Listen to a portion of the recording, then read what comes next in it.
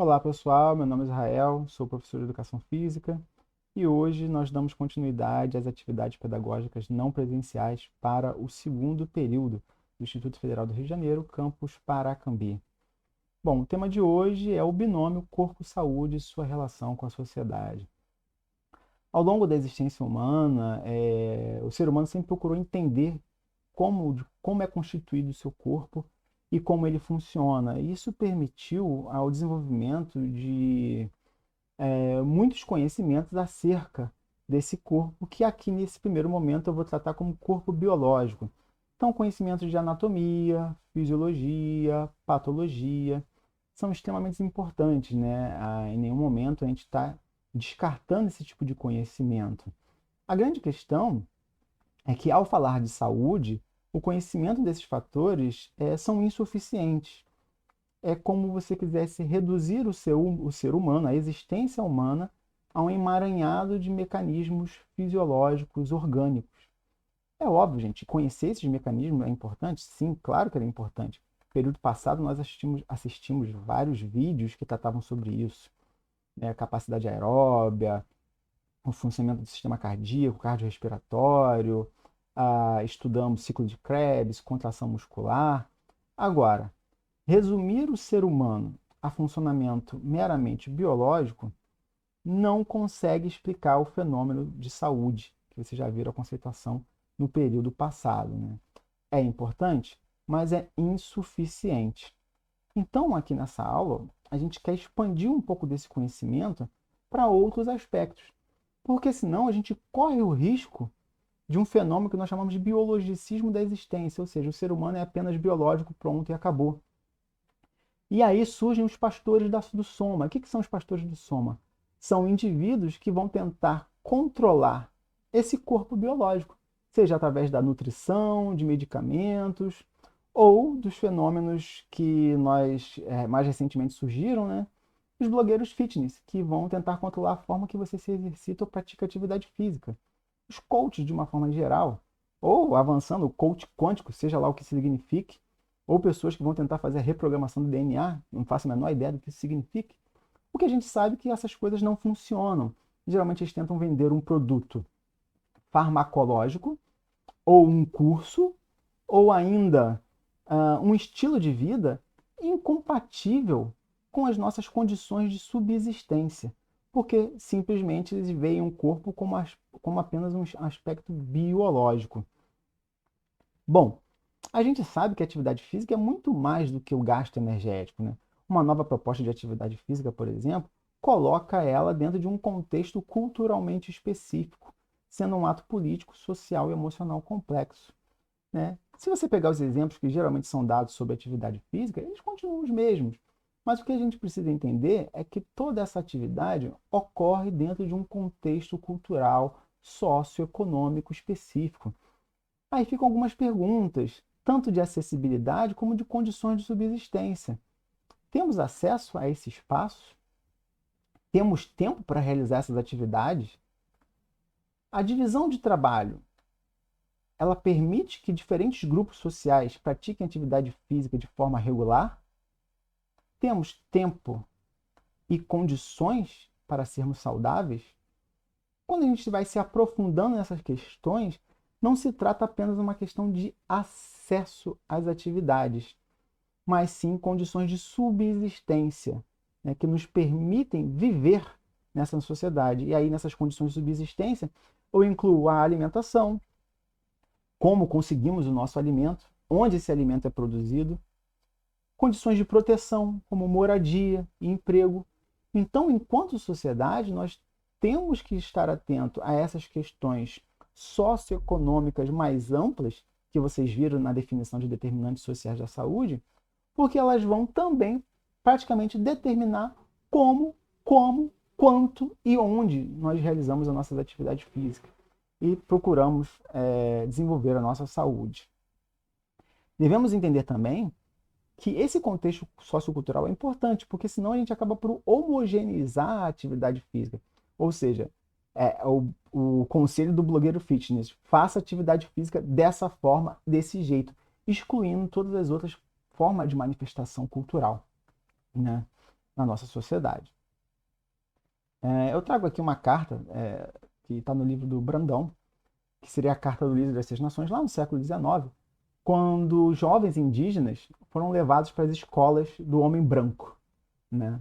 E quando eles voltaram para a sua população, né, para a sua nação indígena, eles se tornaram praticamente pessoas inúteis, porque tudo o que eles precisavam para sobreviver naquele meio cultural diferente, eles acabaram esquecendo ou desaprendendo. Eles eram mal corredores, ignorantes da vida da floresta, incapazes de suportar o frio e a fome, não sabiam caçar, não sabiam construir casa, falavam mal o seu idioma.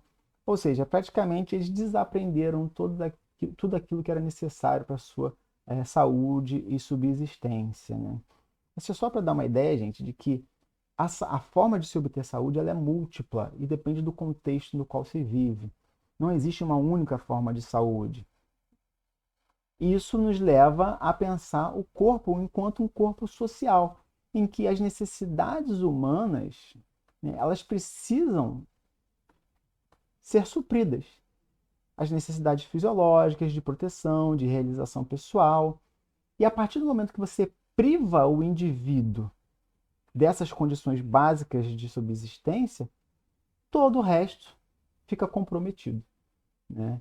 E essas necessidades básicas, na nossa sociedade complexa, elas são providas por relações extremamente complexas. Você não produz seu próprio alimento nem constrói sua própria casa, né? A geração de emprego depende de um emaranhado de decisões políticas e econômicas.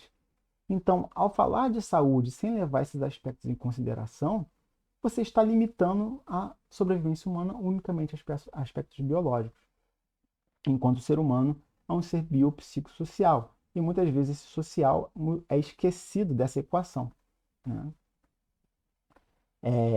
Vale lembrar o que nós vimos na aula anterior, né? Os aspectos biológicos são importantes? São. Mas se a gente descartar as redes sociais de convivência, as condições de trabalho e de vida e as condições socioeconômicas e culturais e ambientais mais gerais, ou seja, tudo aquilo que nós estudamos sobre os determinantes sociais da saúde, você acaba por culpabilizar o indivíduo pelo seu próprio insucesso. Quando, na verdade, o insucesso, vamos dizer assim, na promoção da saúde, é um insucesso coletivo. Nós, enquanto sociedade, devemos nos preocupar com a saúde enquanto um bem coletivo e não como uma dádiva individual ou uma responsabilidade individual. Porque muitos desses fatores, gente, que vão levar os indivíduos a serem saudáveis ou a desenvolverem doenças, só podem ser construídos coletivamente. Ok? Bom, um exemplo disso é a própria pobreza e a desigualdade social, né? Existem vários estudos que apontam que a pobreza e a desigualdade têm um impacto muito maior na saúde das pessoas do que a obesidade, do que a álcool e a hipertensão. Então, ao falar de saúde, nós temos que levar os aspectos socioeconômicos em consideração, porque o nosso corpo não é meramente biológico, ele também é social. Enquanto esse corpo social, nós podemos ter desigualdade entre determinados grupos e que determinados grupos queiram manter essa desigualdade, lutando, gerando um certo conflito entre esses grupos. E que o grande objetivo de uma sociedade que quer a saúde para todos os seus indivíduos seria reduzir essa desigualdade entre esses grupos, para que todos possam ter uma qualidade de vida adequada às suas condições, né? A existência humana, assim, ela não é apenas genética. É claro, a genética é importante, a compreensão da genética é importante, sim, é. Mas nós vimos que ela também não era suficiente, tanto que um novo campo foi criado, a compreensão da síntese proteica. Ou seja, conhecer o código genético, ele é importante, mas muito mais importante é conhecer o código de endereçamento postal, ou seja, o quanto que as condições de vida impactam na saúde dos indivíduos. Inclusive, um campo novo foi construído, conhecido como epigenética, que a gente aqui não vai entrar em detalhes. Mas o que a gente destaca é que a saúde dos indivíduos, muitas vezes, ela é determinada socialmente. pelo modo de produção e reprodução social que uma sociedade escolhe coletivamente, né? Eu deixo aqui uma reflexão de George Canguilhem, em que ele coloca que a expectativa de vida dos indivíduos ela é determinada coletivamente, né? A ação que o homem exerce sobre si mesmo, né, coletivamente, e que a morte ela é um fenômeno social que depende tanto das condições sociais quanto das fisiológicas.